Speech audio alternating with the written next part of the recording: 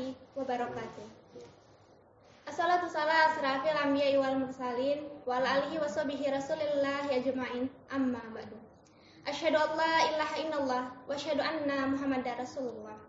Pertama-tama dan selalu utama, senantiasa kita ucapkan syukur kita kepada Allah Subhanahu wa taala yang mana atas segala nikmat yang Ia berikan kepada kita, baik nikmat iman, nikmat Islam, dan nikmat sehat seperti yang kita rasakan pada saat ini. Dan salah satu nikmat yang harus kita syukuri, yang sedang kita jalankan dan kita rasakan pada saat ini adalah nikmat masih Allah berikan kesempatan kepada kita untuk menjalankan ibadah di bulan suci ini, yaitu di bulan Ramadan ini.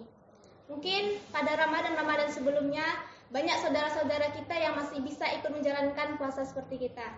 Masih bisa ikut sholat tarawih bersama kita. Namun pada Ramadan tahun ini, di antara mereka mungkin ada yang sudah tidak mampu lagi menjalankan ibadah di bulan Ramadan ini. Mungkin di antara mereka ada yang sudah pulang ke rahmatullah, ada juga yang sedang terbaring lemah di rumah sakit. Oleh karena itu, atas nikmat yang Allah berikan kepada kita ini, masih bisa menjalankan ibadah di bulan suci Ramadan ini adalah salah satu nikmat yang harus kita syukuri sebanyak-banyaknya kepada Allah Subhanahu wa taala. Kita sebagai umat biasa, apalagi status kita sebagai seorang mahasiswa, tentu di dalam menjalankan kehidupan sehari-hari 11 bulan sebelum datangnya bulan Ramadan, kita sering sekali melalaikan kewajiban kita yang Allah berikan. Bahkan tak jarang kita melakukan sesuatu yang Allah larang dan Allah haramkan, hingga bertumpuklah dosa pada diri kita. Tapi berkat Allah yang maha baiknya, yang maha dengan segala rahmatnya, Ia hadirkan satu bulan yang mana di bulan ini siapapun yang memohon ampunan, mau sebanyak apapun dosanya, insya Allah akan Allah ampuni. Siapapun yang mencari kebaikan dan kebahagiaan, Allah lipat gandakan pahala di sisinya. Salawat beriringkan salam, tak lupa pula senantiasa selalu kita hanturkan kepada Nabi besar kita, Nabi Muhammad Sallallahu Alaihi Wasallam. Allahumma sholli ala Sayyidina Muhammad wa ala ali Sayyidina Muhammad. Beliau adalah Nabi yang selama hidupnya selalu memikirkan umatnya dan mendoakan umatnya. Bahkan ketika ia wafat pun, ia tetap memikirkan umatnya. Dan di hari kiamat nanti, dia adalah orang yang paling sibuk untuk menolong umatnya. Oleh karena itu, hendaklah kita senantiasa bersolawat kepada beliau setiap harinya, agar ia kenal kita dan membantu kita. Jadi ibaratnya gini teman-teman, kalau kita satu universitas dengan orang, bahkan satu fakultas pun, tapi kita tidak kenal dengan dia, pada suatu hari kita ketemu dia di jalan, keadaan dia, motor dia sedang rusak, apakah kita akan menolongnya? Belum tentu, ya, karena kita tidak kenal dengan beliau. Begitupun baginda kita Rasulullah SAW. Bagaimana ia bisa menolong kita di akhirat nanti kalau ia tidak kenal siapa kita? Oleh karena itu, setiap harinya kita kirimkan salawat kepada beliau, kita jalankan sunnah-sunnah beliau dengan harapan ia mengenal kita dan membantu kita di yaumil akhir nanti. Dan semoga kita menjadi salah satu umatnya yang berada di barisannya dan pengikutnya di yaumil akhir nanti. Amin ya rabbal alamin. Pemirsa yang insya Allah dirahmati Allah Subhanahu wa taala. Ada beberapa kegiatan, ada beberapa hal yang kita lakukan pada bulan Ramadan ini. Apabila kita lakukan kegiatan ini tidak membatalkan puasa kita, tapi karena kita melakukan kegiatan ini membuat batalnya pahala puasa kita. Rasulullah SAW pernah bersabda, ada sebagian orang yang ia berpuasa, tapi ia tidak mendapat apapun di dalamnya kecuali hanya rasa lapar dan dahaga. Secara rukun puasanya diterima oleh Allah. Ya, secara ilmu fikih puasanya sah, tidak batal, diterima. Ia tidak makan dari terbitnya fajar sampai terbenamnya matahari. Sah secara dohir, puasa dohirnya sah. Tapi teman-teman yang perlu kita ketahui adalah bahwa puasa ini bukan hanya tentang puasa secara dohir, tapi ada juga yang namanya puasa secara batin. Dan Rasulullah SAW pernah bersabda, pernah memaknai bahwa puasa secara batin ini adalah segala sesuatu yang kita lakukan untuk mencegah akan batalnya pahala puasa kita. Jadi hendaknya esensi puasa yang kita lakukan ini adalah segala sesuatu yang kita lakukan untuk tidak melakukan apa yang Allah haramkan dan menjauhi maksiat yang Allah sudah tentukan, agar kita tidak terjerumus ke dalam api neraka. Dan esensi puasa yang kita lakukan ini adalah untuk mendekatkan diri kita kepada Allah, mencari ridho Allah, dan memohon ampunan kepada Allah, dan mencari pahala sebanyak-banyaknya di sisi Allah.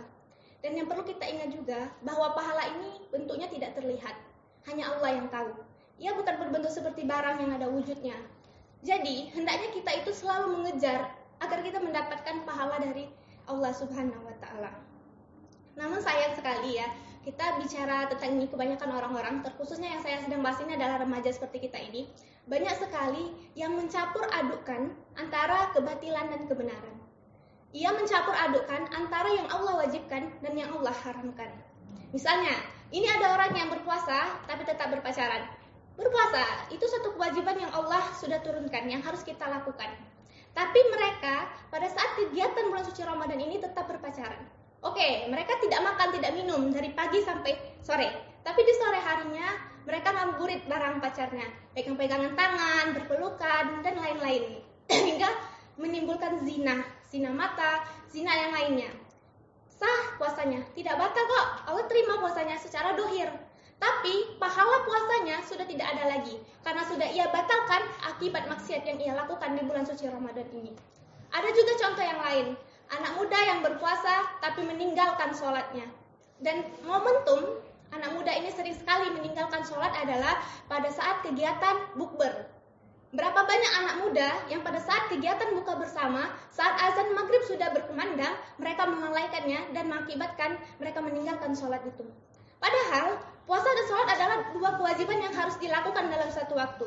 Tapi karena mereka melalaikan satu kewajiban di saat menjalankan kewajiban yang lainnya, yang mengakibatkan puasanya tidak diterima, tidak ada batal dari puasanya. Tapi pahala puasa dia pada hari itu sudah tidak ia dapatkan karena telah ia batalkan dengan meninggalkan satu sholat 5 waktunya. Dan yang harus kita ketahui teman-teman, saat kita melaksanakan buka bersama, sebenarnya di dalam agama Islam hal itu boleh-boleh saja.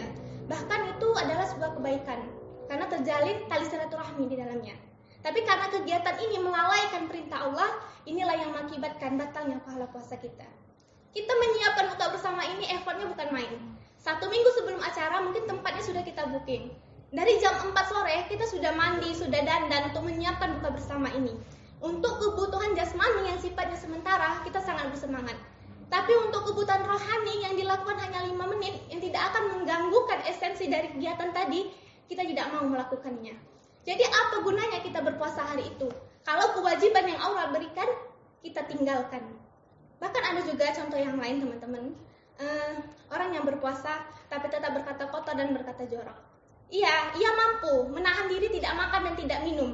Mampu dia, tapi ia tidak mampu menahan dirinya untuk mengeluarkan kata-kata yang Allah larang. Sehingga perkataan yang ia ucapkan, yang dianggap sepele, yang dianggap bahasa gaul, yang dianggap menjadi kebiasaan sehari-hari, mengakibatkan batalnya pahala puasa mereka. Kemudian ada lagi teman-teman contoh yang lainnya, orang yang berpuasa tapi tetap merendahkan orang lain, mencaci orang lain, menghina orang lain, sehingga hati orang lain sakit akibat perbuatan kita. Iya, kita bisa menahan diri untuk tidak makan, tidak minum, tapi kita tidak mampu menahan diri kita untuk tidak menyakiti orang lain. Bahkan Allah pernah mengatakan teman-teman bahwa ia tidak butuh puasa orang-orang yang seperti ini.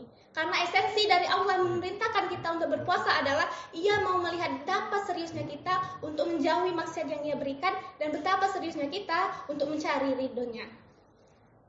Jadi yang perlu kita ingat teman-teman, bahwa hidup ini bukan seperti saat kita membeli takjil di sore hari. Kalau kita membeli takjil kan kita bisa mencampur aduknya, bisa memilih. Hari ini kita mau beli gorengan, besok kita mau beli es, atau lusanya kita mau beli gorengan sambil beli es, bisa kita pilih. Tapi agama Allah itu bukan untuk dicampur adukkan, bukan untuk dipilih. Kita tidak bisa memilih, hari ini mau puasa sambil pacaran, besok mau puasa sambil meninggalkan sholat, atau mencampur aduknya, tidak bisa. Karena suatu kebatilan tidak bisa disatukan dengan suatu kebenaran. Dan yang perlu juga kita ingat teman-teman, bahwa suatu kebaikan yang kita lakukan dengan niat mencari pahala Allah belum tentu bernilai pahala di sisi Allah. Tapi suatu kesalahan yang kita lakukan, suatu kemaksiatan yang kita lakukan, sudah pasti Allah nilai sebagai sebuah dosa di sisi kita. Jadi teman-temanku yang insya Allah dirahmati oleh Allah Subhanahu Wa Taala, momentum Ramadan ini sangat sedikit, tidak lama waktunya. Jadi marilah kita manfaatkan sisa waktu yang ada ini untuk memaknai benar-benar apa sih makna puasa sesungguhnya. Dan teman-teman yang perlu kita ingat, dari puasa tahun ini gitu kan, yang harus membuat kita menjadi orang yang lebih baik ke depannya di tahun-tahun berikutnya. Ya, semoga puasa yang kita lakukan ini harapannya kita mengharapkan rahmat Allah, mengharapkan pahala di sisi Allah. Setidak-tidaknya kita diampuni dosa-dosanya gitu. Jangan sampai puasa yang kita lakukan pada tahun ini menjadikan kita hanya menahan lapar dan dahaga, tapi kita tidak dapat apapun dari puasa yang kita lakukan.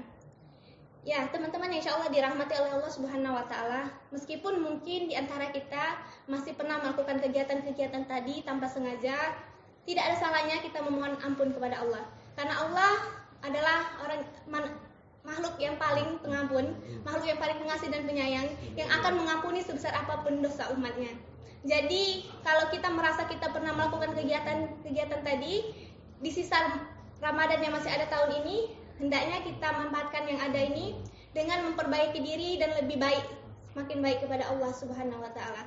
Semoga Allah nantiasa mengampuni kita dan menjadikan kita hamba yang paling Dia sayangi dan Dia cintai. Dan semoga Ramadan tahun ini adalah Ramadan terbaik di antara Ramadan-Ramadan yang pernah kita lalui. Mungkin itu saja singkat dari saya, tapi semoga apa yang saya sampaikan ini bermakna di hati teman-teman semua. Mohon maaf atas segala kehilapan dan kesalahan, karena sesungguhnya saya manusia biasa yang tidak akan luput dari hilaf, dan kebenaran, kesempurnaan hanyalah milik Allah Subhanahu wa Ta'ala. Akhirul kalam saya akhiri, wabillahi taufiq wal hidayah. Wassalamualaikum warahmatullahi wabarakatuh.